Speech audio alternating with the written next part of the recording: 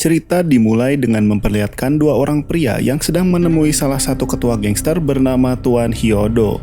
Diketahui maksud kedatangan mereka berdua ke sana adalah menjalankan perintah atasannya untuk bekerja sama dengan beliau demi tujuannya yaitu membalaskan dendam akan kematian anak buahnya.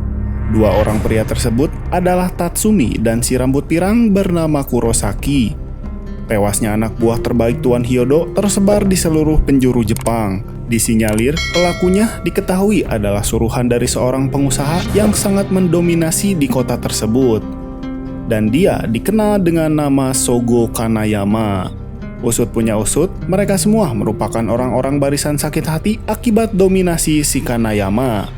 Mereka pun sepakat untuk meruntuhkan dominasi Kanayama dengan mengawalinya untuk menculik anak dari sang pengusaha. Selamat datang di Sinema Kilat dan ini dia alur cerita film The Ransom.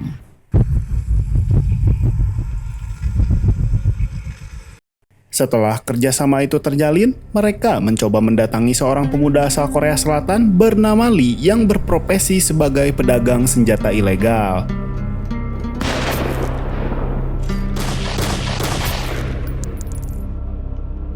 Untuk menyempurnakan formasi mereka, Tuan Hyodo dan kawan-kawan merekrut salah satu seorang ahli IT bernama Kojima.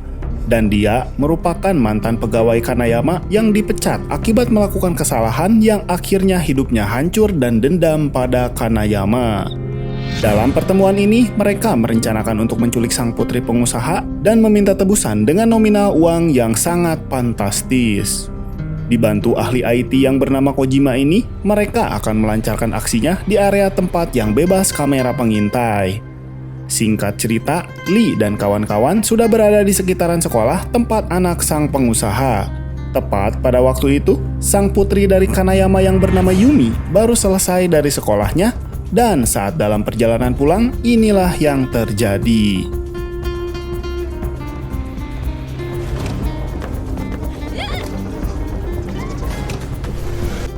Aksi mereka pun begitu sangat rapih dan terstruktur, sehingga tak ada seorang pun yang bisa mengetahui kejadian tersebut.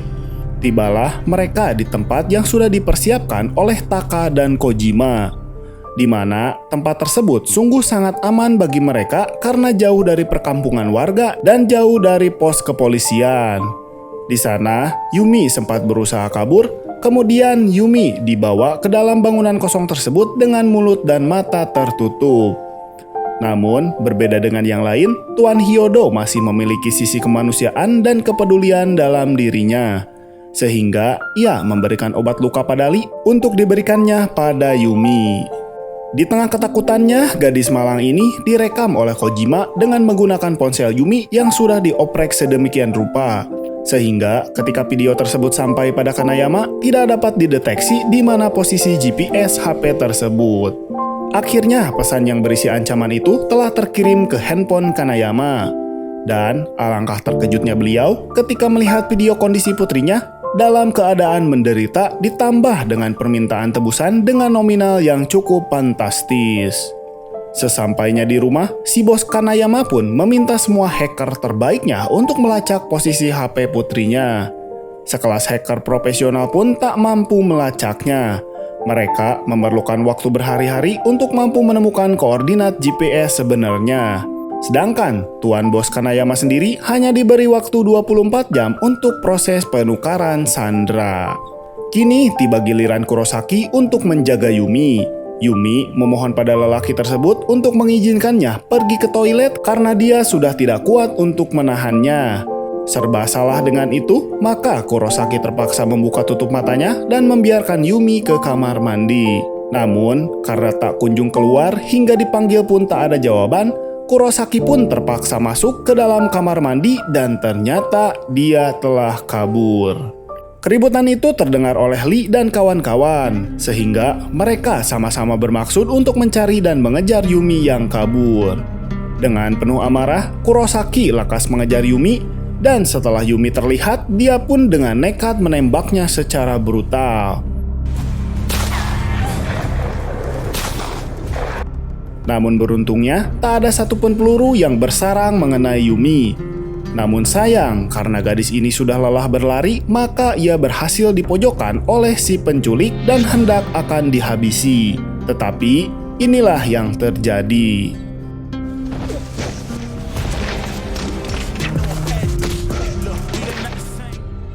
Ya, di waktu yang tepat, Lee pun datang dan sempat menyelamatkannya. Entah Lee merasa kasihan atau menaruh rasa, yang jelas alasan Lee menyelamatkan Yumi karena wanita ini sangat bernilai dan rencana mereka bisa saja sia-sia. Perkelahian dua penculik ini terhenti saat Tuan Hyodo berhasil membawa kembali Yumi dan mengingatkan pada Kurosaki untuk jangan kembali bertindak bodoh, karena bagaimanapun Sandra ini sangat berharga.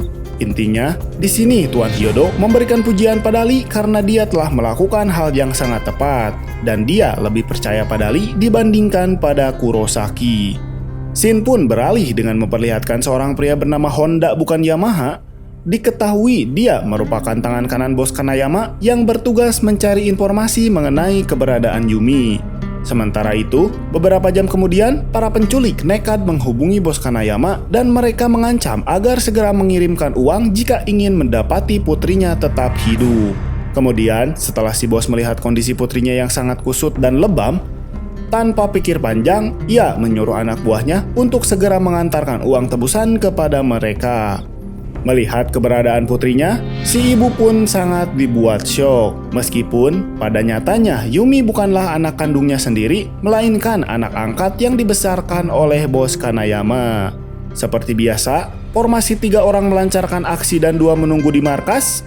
Namun kali ini bedanya, Lee digantikan oleh Tatsumi untuk melakukan aksi di lapangan. Sedangkan Lee sendiri ditugaskan menjaga Sandra di markas. Berdasarkan instruksi dari si penculik, Honda pun seorang diri menuju tempat yang diperintahkan tanpa rasa takut.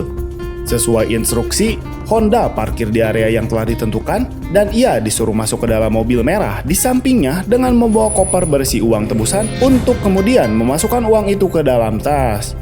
Yang mana hal tersebut dilakukan untuk mengantisipasi terdapat alat pelacak pada koper yang dibawa Honda. Untuk kali ini, perintahnya cukup nyeleneh, di mana Honda diperintahkan untuk membuka seluruh pakaiannya dan keluar untuk memindahkan koper tersebut pada mobil sebelumnya. Dan sekarang, Honda diminta agar menyerahkan kopernya dan mereka berjanji Sandra akan dikembalikan setelah keamanan mereka terjamin. Dan apa boleh buat, karena Yumi adalah hal yang paling berharga, maka uang itu dilepas dengan begitu mudahnya. Selesai dengan itu, Honda kembali diminta untuk memutar balik kendaraannya dan kembali ke jalan yang dilalui sebelumnya. Dengan tertawa puas, mereka pun merasa bahagia karena telah berhasil mendapatkan uang yang diminta. Dan keberhasilannya itu pun langsung dikabarkan pada Kojima yang berperan sangat penting dalam misi kali ini. Setelah tahu uangnya berhasil didapatkan, maka sesuai rencana awal, Kojima ternyata menelpon Komandan Ladusing yang sangat terobsesi dengan uang tersebut, di mana hal itu kebetulan disaksikan oleh mata kepala Lee sendiri. Demi untuk mengungkapkan kebusukan dari si tangkura Kojima, Lee pun mengambil smartphone-nya dan menggunakan sidik jari dia agar dapat membukanya. Setelah berhasil terbuka, terungkap bahwa Kojima jauh-jauh hari telah merencanakan penculikan tersebut dengan oknum orang dalam. Tanpa pikir panjang, Lee pun lantas menelpon nomor tersebut dan benar saja, itu adalah suara istri dari si bos Kanayama. Di waktu yang bersamaan, Honda pun pulang dengan tangan hampa. Sedangkan Tatsumi CS pulang dengan hasil yang memuaskan. Mereka pun bertanya-tanya apa yang sebenarnya terjadi pada Kojima. Lee pun menjelaskan bahwa Kojima telah memanfaatkan mereka dan telah menghubungi polisi untuk mendapatkan uang yang telah susah payah mereka ambil. Dan benar saja, tak butuh waktu lama, Komandan Ladusing dan rekannya pun sudah berada di tempat tersebut. Apakah kalian ingin tahu bagaimana kebrutalan Komandan Ladusing dalam mencari uang? Mari kita saksikan bersama.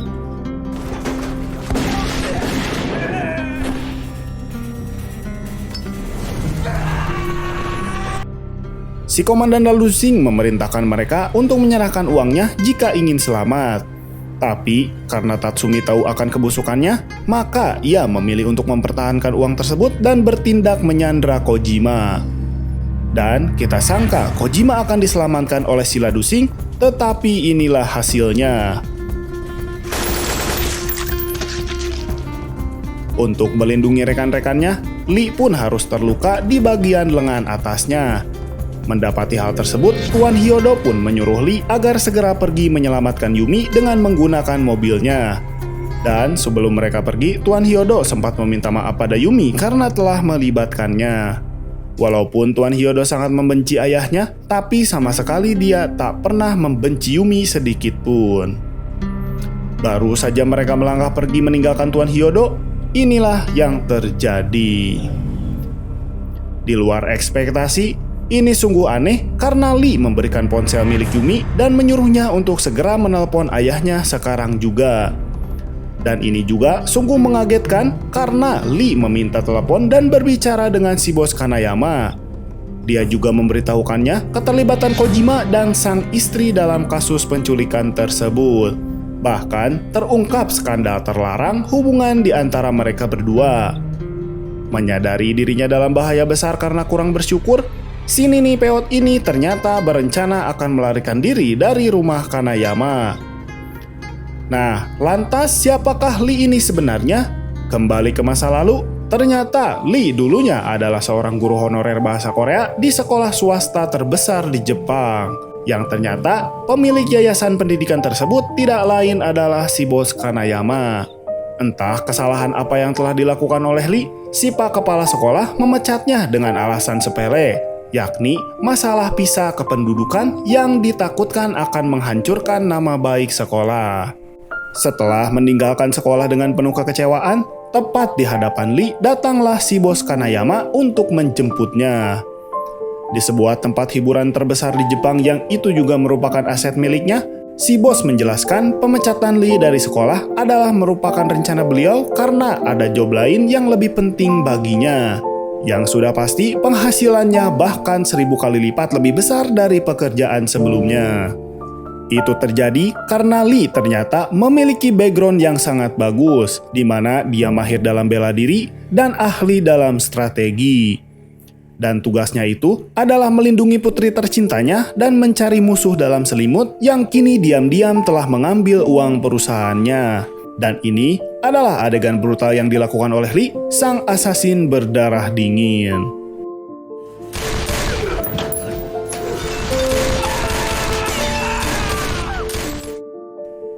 Kembali pada masa sekarang, Lee berhenti di titik yang cukup aman, kemudian menyuruh Yumi untuk turun karena tempat ini sudah terjangkau oleh para hacker si bos Kanayama melalui GPS smartphone-nya.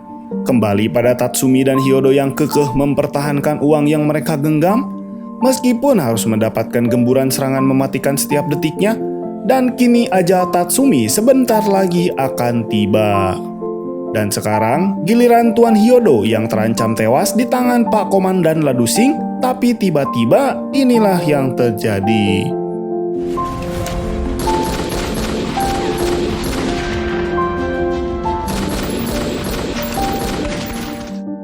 Aksi ini pun menewaskan 2 oknum Ladusing tadi, termasuk Tuan Hyodo yang sedang sekarat. Dalam kondisi setengah tersadar, Tuan Hyodo masih menanyakan akan keselamatan Yumi dan Lee pun mengatakan bahwa dia sudah aman, yang hal itu sedikit banyaknya membuat dia merasa senang. Merasa bersalah, Lee pun kemudian jujur pada beliau jika dia sebenarnya adalah anak buah dari Kanayama yang sengaja mendekati untuk melindungi Yumi. Tuan Hyodo pun sempat kaget, kemudian inilah yang terjadi. Kematian Tuan Hyodo membuat luka dalam pada diri Yumi dan juga Lee. Karena sejatinya Yumi bisa selamat adalah karena campur tangan pertolongan Tuan Hyodo. Dan harus saudara-saudaraku ketahui, ternyata asasin yang mengendarai motor ini adalah sosok Lee. 1 bulan kemudian, kini Yumi hampir menyelesaikan studinya dan secara diam-diam, Lee menitipkan formulir pendaftaran perguruan tinggi terbaik di Korea pada asistennya. Sadar itu adalah Lee, maka Yumi pun berlari untuk mencari Lee. Namun, dia pun sudah tidak ada di sana.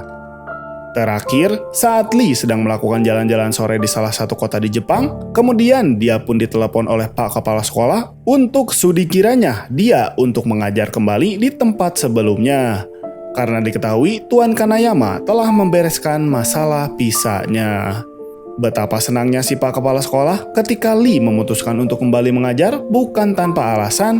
Keluarnya Lee dari sekolah, ternyata banyak siswi perempuan yang memutuskan mogok untuk belajar. Bahkan tidak masuk sekolah, akibat Lee tidak ada di sekolah tersebut. Dan film pun berakhir.